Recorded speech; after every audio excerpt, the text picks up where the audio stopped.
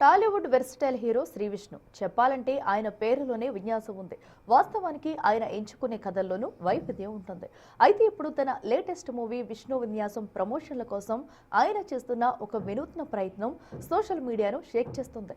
మొత్తానికి global ట్రెండ్ను local సినిమాకు link చేస్తూ శ్రీవిష్ణు మాస్టర్ ప్లాన్ వేశారు. అది జపాన్ ఇచికావాజు. తల్లికి దూరమైన ఓ బుజ్జి కోతిపిల్ల తన ఒంటరితనాన్ని మర్చిపోవడానికి ఒక మెత్తటి బొమ్మనే తల్లిగా భావించి ప్రాణంగా హత్తుకుంది. పంచ్ అనే ఆ కోతిపిల్ల ఎమోషన్ చూసి ప్రపంచమంతా కన్నీళ్లు పెట్టుకుంది. సరిగ్గా అదే ఎమోషన్ను తన సినిమా ప్రమోషన్ కోసం పట్టుకొచ్చారు శ్రీవిష్ణు.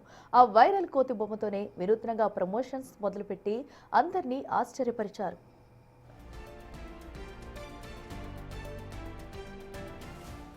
అయితే ఇది కేవలం పబ్లిసిటీ కోసమేనా అంటే కాదని అంటున్నాయి సినీ వర్గాలు. ఈ సినిమాలో మదర్ సెంటిమెంట్ లేదా ఒంటరితనం అనే పాయింట్ బలంగా ఉండబోతుందని శ్రీవిష్ణు హింట్ ఇచ్చారని చెబుతున్నారు. అసలు కోతిపిల్ల బొమ్మకు శ్రీవిష్ణు సినిమాకు ఉన్న లింక్ ఏంటి? ఈ వినూత్న విన్యాసం బాక్స్ ఆఫీస్ దగ్గర మ్యాజిక్ చేయబోతుందా అంటే వేచి చూడక తప్పదు.